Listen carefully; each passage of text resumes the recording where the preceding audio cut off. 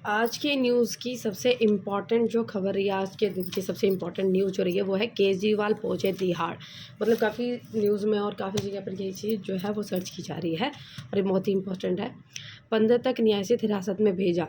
अब इसमें जो केजरीवाल है वो किस चीज़ के मतलब किस चीज़ के केस में जो इनको है जेल में भेजा गया था, दिल्ली के मुख्यमंत्री अरविंद केजरीवाल को आबकारी नीति से जुड़े, जैसे जिसको कहते हैं जैसे कि अल्कोहल और शराब जो लिक्विड के मामले में जो है इनको इस सब चीज़ की जो है सज़ा हुई है, जुड़े धन शोधन मामले में एक अदालत में नए सोमवार को 15 दिन की न्यायिक हिरासत में भेज दिया गया और उन्हें तिहाड़ जेल भेज दिया गया है और वह जेल नंबर 2 में रहेंगे, जहां सीसीटीवी की 24 घंटे निगरानी में रहेंगे। इनको जो है वो जेल भेजा गया है और मुख्यमंत्री ने पूछताछ के दौरान बिल्कुल सहयोग नहीं दिया गया। जब इनसे पूछताछ की गई थी तो इन्होंने कोई भी सहयोग जो है वो नहीं दिया है।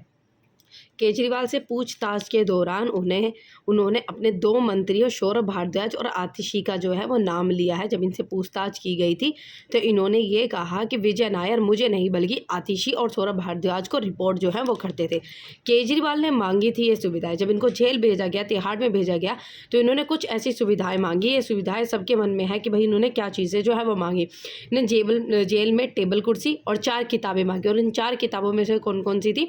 रामायण, महाभारत और हाउस प्राइम मिनिस्टर्स डिजाइज्ड और श्रीमद् भगवद गीता, ये 4 किताबें इन्होंने मांगी है। और साथ ही इन्होंने उस जिस धार्मिक लॉकेट को धारण किया है उसे जेल में भी ले जाने की इजाज़त जो है वो इन्होंने मांगी है और इनके जो खाना वगैरह है वो इनके घर का ही होगा और टीवी की जो फैसिलिटी जो है वो इनको दी गई है।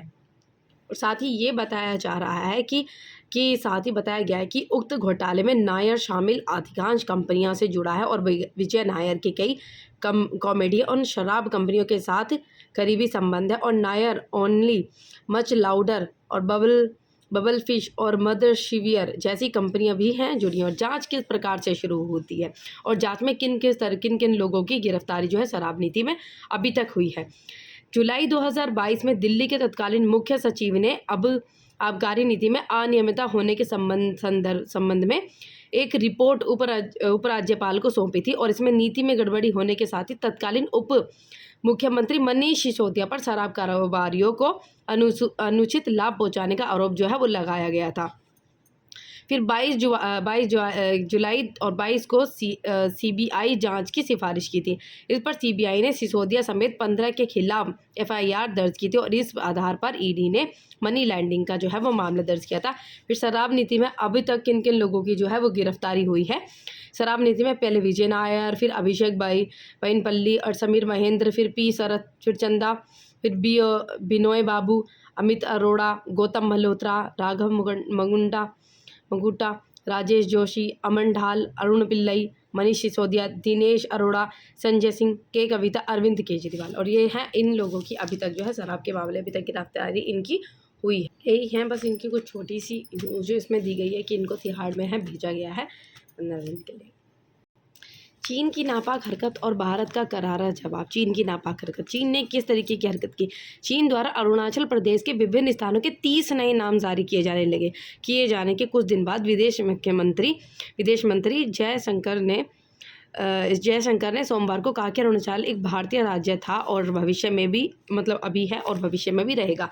चीन ने क्या किया? चीन ने जो अरुणाचल प्रदेश के जो 3 राज्य थे उनके नामों को जो है उसमें परिवर्तन किया। लेकिन हमारे जो जयशंकर जो मंत्री हैं उन्होंने ये चीज़ कही है, विदेशी मंत्री जयशंकर, उन्होंने ये कहा है कि उनके नाम परिवर्तन करने से ऐसा नहीं होगा कि अरुणाचल प्रदेश जो है वो कहीं और चला जाएगा।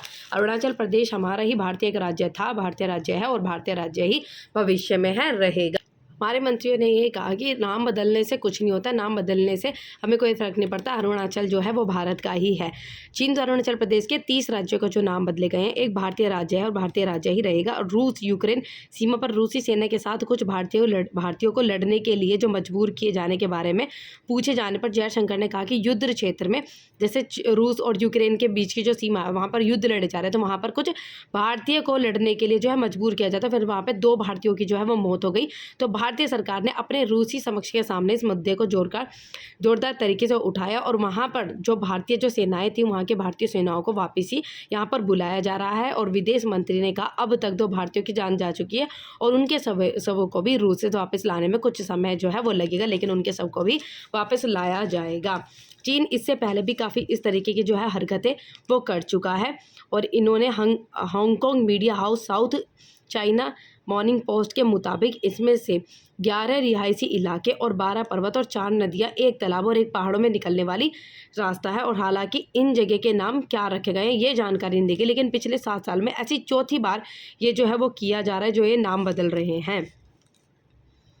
5 साल में तीसरी बार ऐसा किया था इन्होंने। इससे पहले 2021 में चीन ने 15 जगह और 2017 में 6 जगहों के जो है वो नाम इस प्रकार से बदले थे। वेरी इंपॉर्टेंट इम्पोर्ट एक्सपोर्ट से रिलेटेड रक्षा निर्यात जो हमारा एक्सपोर्ट था, जो रक्षा निर्यात रिकॉर्ड जो है वो 21,000 करोड़ के पार पहुंचा है। भारत सरकार ने रक्षा क्षेत्र में रिकॉर्ड सफलता जो है वह हासिल की और भारत का एक्सपोर्ट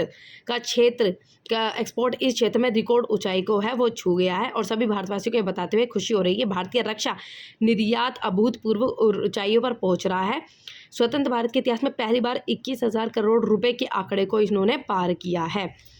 और ये जो जिसमें पिछले वर्ष की तुलना में 22.5% की शानदार जो है वो वृद्धि हुई है। रक्षा मंत्री ने आगे लिखा, प्रधानमंत्री नरेंद्र मोदी के दूरदर्शी नेतृत्व में रक्षा मंत्रालय ने भारत के डिफेंस मैन्युफैक्चरिंग और एक्सपोर्टर्स को बढ़ावा देने के कई कदम उठाए हैं। जैसे हमारे यहाँ पर डिफेंस के ऊपर और एक्सपोर्ट के ऊपर, मेक इन इंडिया के ऊपर काफ़ी सारा जो है वो गवर्नमेंट के द्वारा फोकस किया जा रहा है और इन सब की वजह से ही हमारा जो निर्यात है वो आज रिकॉर्ड पर पहुँचा गया है।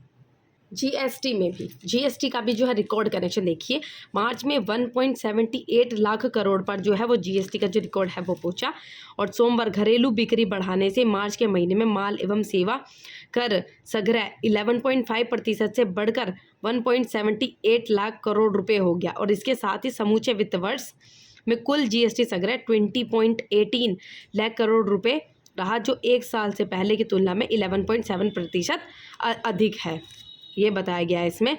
और यहाँ उछाल घरेलू लेन देन में 17.6% की उल्लेखनीय वृद्धि से प्रेरित है। और अब तक का सर्वाधिक जीएसटी मासिक संग्रह अप्रैल 2023 में 1.87 लाख करोड़ रुपए दर्ज किया गया था। और मंत्रालय ने कहा कि वर्ष 2023 से 24 में जीएसटी संग्रह ने लगातार मजबूत प्रदर्शन जो है वो दिखाया है और वित्त वर्ष में 11.7% की वृद्धि के साथ 20.18 लाख करोड़ रुपए का कुल जीएसटी संग्रह एक मील पत्थर का है। मतलब काफ़ी ज़्यादा जो है वो जीएसटी में भी वृद्धि हुई है। फिर आता है कमर्शियल गैस सिलेंडर सस्ता। जो आपके जो कमर्शियल गैस सिलेंडर है इनमें इनके रुपीस में जो है गिरावट हुई है और ये कमर्शियल गैस सिलेंडर जो है वो सस्ता हुआ है। वेरी इंपॉर्टेंट न्यूज़, एक वाहन एक फास्टैग देश भर में लागू। अब क्या होगा, जैसे लोग काफ़ी पहले फास्टैग खरीद कर रख लेते थे और एक मतलब अलग अलग फास्टैग जो यूज़ करते थे, लेकिन अब होगा एक वाहन होगा और उसका एक ही फास्टैग होगा पूरे देश में। भारत में ये लागू किया जा रहा है। भारत राष्ट्रीय राजमार्ग प्राधिकरण जिसको NHAI का एक वाहन एक फास्टैग मानदंड सोमवार से लागू गया और उस उद्देश्य से कई वाहनों के लिए एक फास्टैग के इस्तेमाल या एक वाहन में कई फास्टैग संबंध करने को हतोषित करना है। जो पहले जो काफ़ी सारे फास्टैग वगैरह यूज़ कर लेते थे, अब इन सब चीज़ों को हटा दिया जाएगा। और उन्होंने कहा जिन लोगों के पास एक वाहन के लिए कई फास्टैग हैं वे 1 अप्रैल से उनका प्रयोग नहीं कर पाएंगे। सार्वजनिक क्षेत्र की इकाई NHAI ने पेटीएम फास्टैग का इस्तेमाल करने वाले मालिकों की समस्याओं को देखते हुए एक वाहन एक फास्टैग पहल के अनुपालन की समय सीमा जो है 31 मार्च तक बढ़ा दी है। इनकी जो टाइम लिमिट्स है वो बढ़ा दी गई है। नई टोल दरें चुनावों के बाद NHAI ने कहा कि बड़े वह राजमार्गों पर नई टोल दरों के लोकसभा चुनाव के बाद लागू जो है वो किया जाएगा। और ECI ने भारतीय राष्ट्रीय राजमार्ग से टोल शुल्क वृद्धि को टालने के लिए कहा है। और वेरी इंपॉर्टेंट है ये कि जो वाहन है उनके एक वाहन पर एक फास्टैग जो है उनकी स्कीम को स्टार्ट कर दिया गया है। Very important. इस बार रिजर्व बैंक के 90 वर्ष पूरे हुए और प्रधानमंत्री का संशोधन भारतीय अर्थव्यवस्था पर नए रिकॉर्ड। भारत को आर्थिक रूप से आत्मनिर्भर बनाने की ज़रूरत है। जो भारत है हमारा, अभी देखो कितनी ज़्यादा हमारा जो भारत है काफ़ी सारी जगह पर आत्मनिर्भर बन गया और अभी भी काफ़ी जगह पर ऐसी रह गई है जहाँ पर इनको आत्मनिर्भर बनाने की ज़रूरत है। तो काम के लिए तैयार रहे। इन्होंने हमारे जो प्रधानमंत्री नरेंद्र मोदी जी ने ये कहा है कि जब यहाँ पर वो लोगों के द्वारा शपथ ली जाएगी उसके दूसरे दिन बाद ही जो है काम शुरू हो जाएगा और उसके बाद लोगों को आराम नहीं, पूरे तरीके से पूरे मेहनत के साथ उनको अपने कार्य में लगे ना है, जिससे कि हमारे देश की जो है उन्नति प्रगति जो है हो और हमारा देश आत्मनिर्भर बने। प्रधानमंत्री नरेंद्र मोदी जी ने सोमवार को कहा कि भारत के अगले 10 वर्षों में आर्थिक रूप से आत्मनिर्भर बनाने की जरूरत है ताकि राष्ट्र वैश्विक कारकों से ज़्यादा प्रभावित ना हो। और भारत और रिजर्व बैंक के 90 साल पूरे होने के मौके पर आयोजित कार्यक्रम प्रधानमंत्री ने कहा कि जून में तीसरी बार भाजपा नीति राष्ट्रीय जनतांत्रिक गठबंधन के सत्ता में आने पर हर किसी के लिए ढेर सारे काम सृजित होंगे। जब ये सरकार बनेगी तो काफ़ी सारे काम जो है वो उससे निकलेंगे और हमारे आत्मनिर्भरता देश को बनाने की तरफ बहुत बड़ा जो है वो कदम उठाया जाएगा। मोदी ने कहा कि ट्विन बैलेंस शीट बैंक और कंपनियों के वही खाते के स्तर पर समस्या अब अतीत की बात हो गई है और बैंक अब क्षण में 15% की वृद्धि दर्ज कर रहे हैं। और ये देखिए, इसमें आधारित अनुशासन और राजकोषीय रूप से विवेकपूर्ण नीतियों को लागू करने में आरबीआई की उपलब्धि की सराहना है और बैंकों को सरकार के समर्थन का आश्वासन दिया। और मोदी ने मुद्रास्फीति को नियंत्रित करने के कदम उठाने के लिए आरबीआई को मौद्रिक नीति समिति की सराहना भी दी। और जब दुनिया के कई देश अब भी महामारी के आर्थिक झटके से उभरने की कोशिश कर रहे हैं, उस टाइम हमारा देश जो है वो इतनी तरक्की और आत्मनिर्भर बनने के ऊपर अपना कदम जो है वो बढ़ा रहे हैं और भारतीय अर्थव्यवस्था में ऐसे काफ़ी सारे रिकॉर्ड्स बना रही है। और हमारी रिजर्व बैंक ऑफ इंडिया को 90 साल जो हैं वो पूरे हुए। वेरी इंपॉर्टेंट है कि भारत को कि रिजर्व बैंक ऑफ इंडिया को कितने वर्ष जो है वो पूरे और रिजर्व बैंक ऑफ इंडिया का कितना ज़्यादा कॉन्ट्रीब्यूशन हमारी आर्थिक स्थिति सुधारने में रहा है और हमारे भारत की तरफ बहुत ज़्यादा ध्यान दिया जा रहा है, हमारा देश आत्मनिर्भर बने। कि लेवल प्लेइंग फील्ड है वो क्या होती है। चुनाव आयोग का गठन करके हमारे संविधान निर्माताओं ने सुनिश्चित किया कि भारत के प्रत्येक नागरिक के पास एक वोट के अधिकार का पूरी तरह निष्पक्ष रूप से सदुपयोग करने का अधिकार होगा।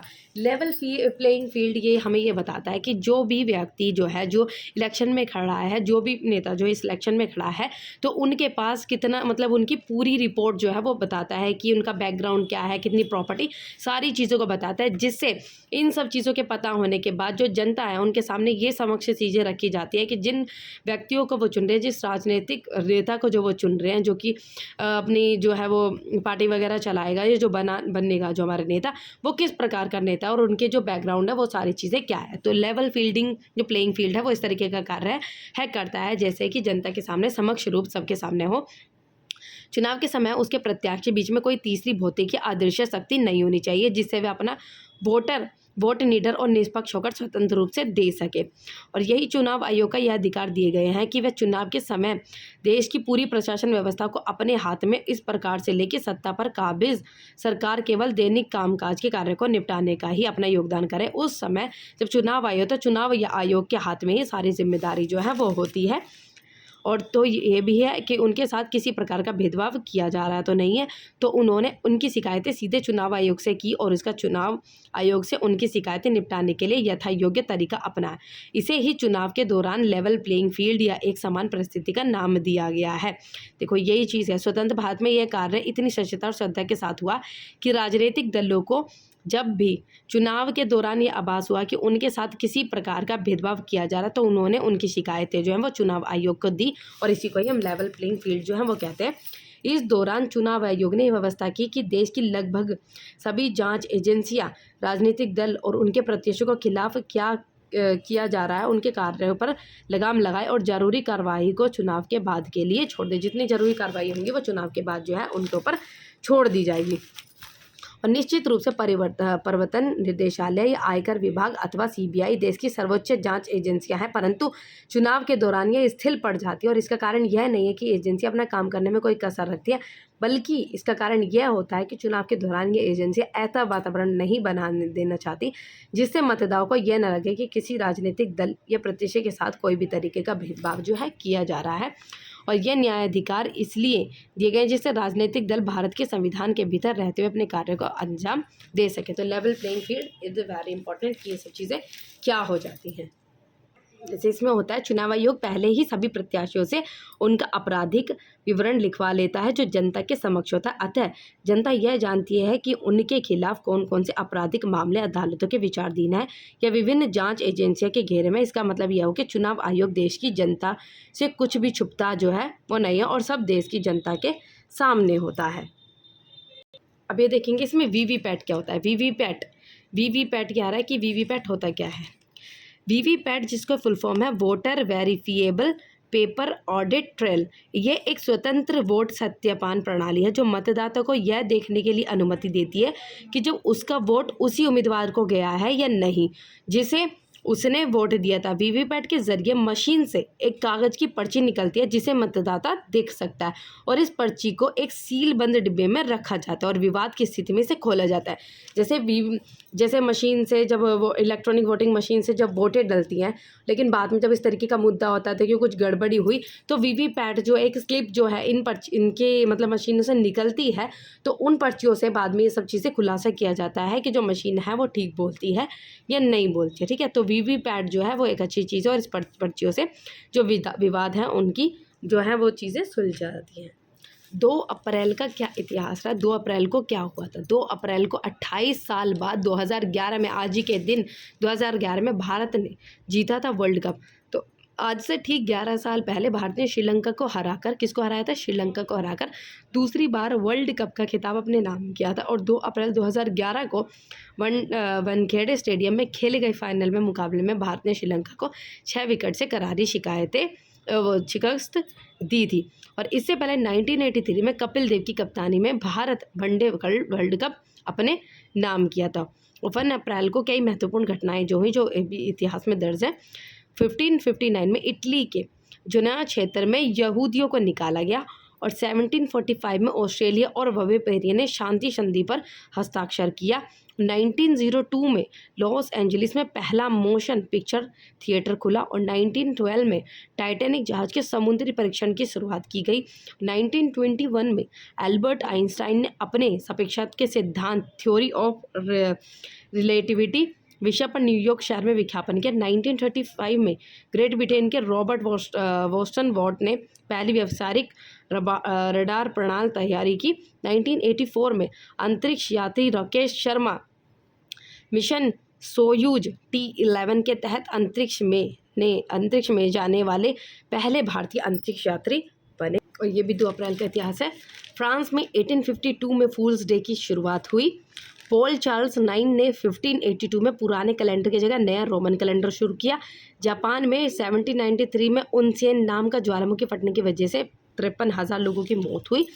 और कोलकाता में बनी संग्रहालय की नई इमारत को जनता के लिए 1878 में खोला गया। फ्रांस की राजधानी पेरिस और ब्रिटेन की राजधानी लंदन के बीच 1891 में दूरभाष संपर्क शुरू हुआ। 1912 में दिल्ली को भारत की राजधानी और एक प्रांत घोषित किया गया। पाकिस्तान कराची में 1933 में भारतीय वायुसेना की स्थापना की गई। 1935 में 1 अप्रैल 1935 में से काम करना शुरू किया आरबीआई ने। और ये था इसमें भारत का पहला परमाणु ऊर्जा स्टेशन 1969 में महाराष्ट्र के तारापुर क्षेत्र में हुआ। और भारत के कॉर्बेट नेशनल पार्क में चीताओं को बचाने के लिए 1973 में टाइगर बचाओ अभियान शुरू हुआ। तो ये है 2 अप्रैल का इतिहास। इन्वायरमेंट पॉल्यूशन से रिलेटेड बहुत इंपॉर्टेंट न्यूज़। प्रदूषण कम करने के लिए पर्यावरण विभाग का प्लान कंस्ट्रक्शन साइट को मिलेंगे कलर कोड। अब क्या दिया जाएगा, कुछ कलर कोड जो है वो यूज़ किए जाएंगे।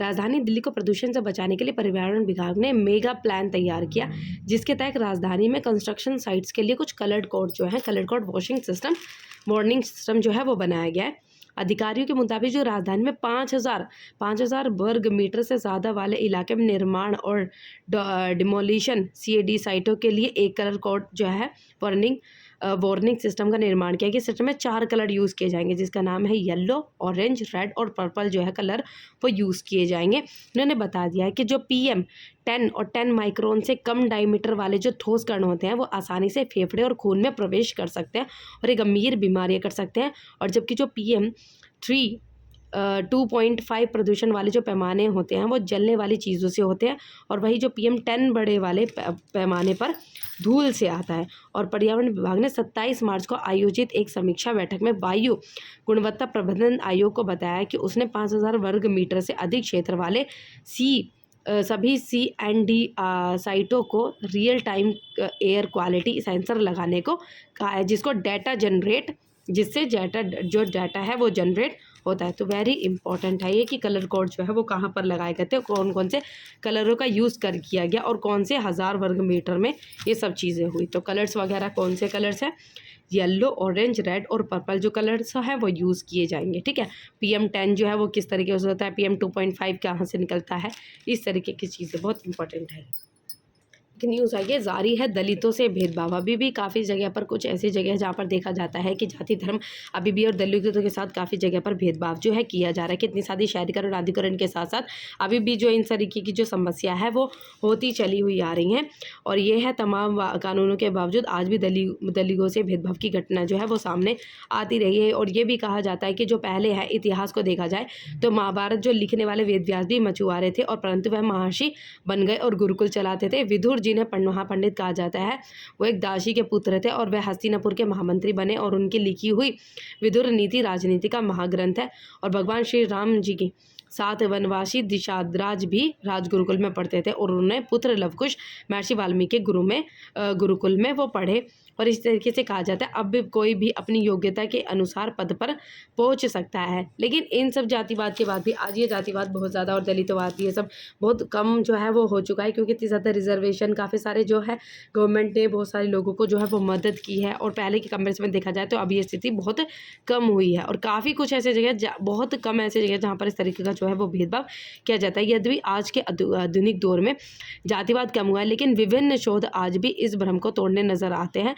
माना जा रहा है कि शहरीकरण आधुनिकीकरण के साथ जाति और गोत्र जैसी प्राचीन और परंपरागत पहचान धूमिल हो रही है, लेकिन वास्तविकता यह है कि शहरों में बस्तियां जातियों के आधार पर बसी हुई हैं, और सवर्णों के मोहल्ले में दलितों को अक्सर ठिकाना नहीं मिलता। और गुजरात, पश्चिम बंगाल, कर्नाटक और महाराष्ट्र के कई शहरों में ऐसा देखा जा रहा है। ये कहते हैं कि कुछ ऐसे शहर है जहाँ पर इन तरीके का भेदभाव अभी भी देखा जा रहा है। ये वाली बहुत इंपॉर्टेंट न्यूज़ है इंटरनेशनल रिलेशन से रिलेटेड। अब बांग्लादेश में इंडिया आउट, जो बांग्लादेशी हैं वो इंडिया आउट क्या चीज़ है, क्या ये जो न्यूज़ है वो ये क्या बता रही है, बांग्लादेश में इंडिया आउट।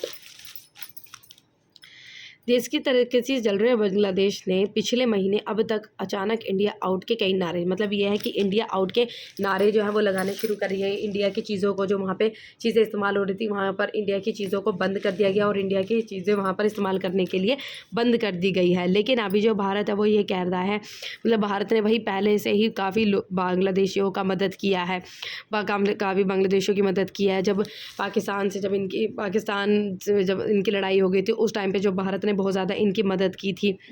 और पाकिस्तान के प्रमुख विपक्षी दल बांग्लादेशी नेशनल पार्टी को लगता रहा है कि भारत अवामी लीग का समर्थन है। वैसे इसमें कोई दो राय नहीं है कि अवामी लीग को सर्वोच्च नेता और बांग्लादेश के प्रधानमंत्री शेख हसीना के साथ, और जो बांग्लादेश की जो प्रधानमंत्री थी शेख हसीना के साथ उनके भारत के काफ़ी अच्छे रिश्ते रहे हैं, और वो समझती हैं कि भारत की क्या पोजीशन जो है वो रही है। चीन जो है वो इनको भड़काने की कोशिश कर रहा है, और चीन ही इनका इस तरीके से साथी बनने की कोशिश कर रहा है। चीन सोचता है कि ये इन सब चीज़ों से लड़ाई कर लेंगे तो ये मेरे समर्थन में आ जाएंगे। चीन ने काफ़ी सारी इस तरीके से पहले भी ये सब चीज़ें नीतियाँ अपनाई थी। इसके साथ ही वह बांग्लादेश को इसी तरह अपने चुंगल में फंसा रहा है चीन, और इस तरह से उसने पाकिस्तान, श्रीलंका और अब तक मालदीव्स को इसी प्रकार से फंसाया, और नेपाल और भारत के संबंधों की मिठास को वह पहले ही कड़वा बना चुका है।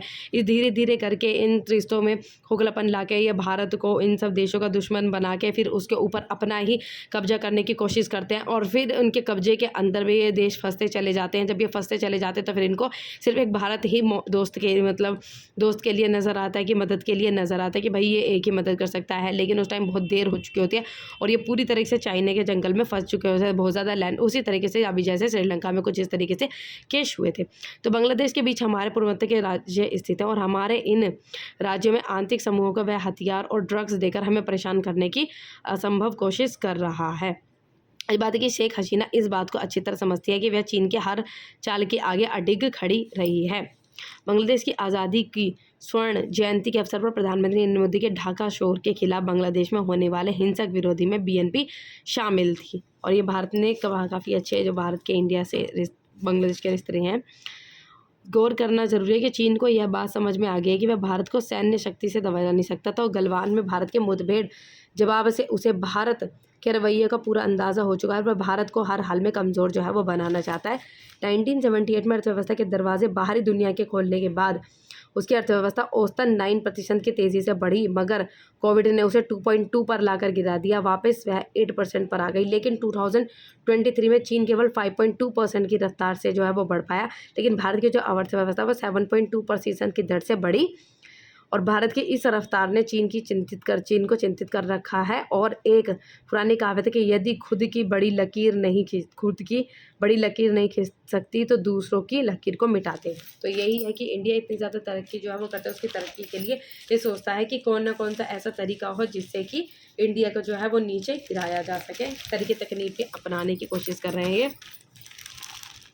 और ये देखिए 1970 तक के पूर्वी पाकिस्तान की प्रताड़ित और पीड़ित आम जनता के हितों की रक्षा के लिए पाकिस्तान से युद्ध मोल ले लिया भारत ने कितने तरीके के जो है वो बांग्लादेश के लिए काम किए। और उस बांग्लादेश के प्रमुख विपक्षी दल बांग्लादेश नेशनलिस्ट पार्टी BNP लगातार भारत के खिलाफ जो है वो खड़ी हो रही है, और ये वो की बहुत ही गलत बात है। तो बांग्लादेश को समझ जाना चाहिए कि वो चाइना के चंगुल में फंसता जा रहा है और इसका क्या हाल जो है वो होने वाला है। और भारत का 1947 में बंटवारा हुआ पंजाब और बंगाल सूबों के कुछ हिस्से पाकिस्तान में चले गए और आगे चलकर पाकिस्तान का वह भाग है और जिसे पूर्वी पाकिस्तान कहते हैं। 1971 में एक स्वतंत्र देश के रूप में वह विश्व मानचित्र पर उभरा। एक देश का नाम बांग्लादेश के रूप में जाना गया। उसकी स्थापना में भारत का योगदान बहुत ज़्यादा रहा है। तो ये एक इम्पॉर्टेंट न्यूज़ है इंटरनेशनल रिलेशन से रिलेटेड। अब हवाई अड्डों पर फुल बॉडी स्कैनर जो है वो यूज़ किए जाएंगे। एजेंसी के प्रमुख हाशन ने राष्ट्रीय राजधानी में 13वें BCAS स्थापना दिवस समारोह के सोमवार को कहा कि आने वाले महीनों में हवाई अड्डों पर फुल बॉडी स्कैनर जो है वो लगवाए जाएंगे। क्रिकेट से कुछ जुड़ी हुई खबर इसमें बताया गया है कि मुंबई की लगातार तीसरी हार जो है हो रही है और RCB की जीत की तलाश। तो यहीं पर पूरा न्यूज़ जो है वो कंप्लीट हो जाती है। यही जो है हमने आज इसमें कवर किया। बहुत इंपॉर्टेंट कुछ न्यूज़ है, तो वेरी इंपॉर्टेंट।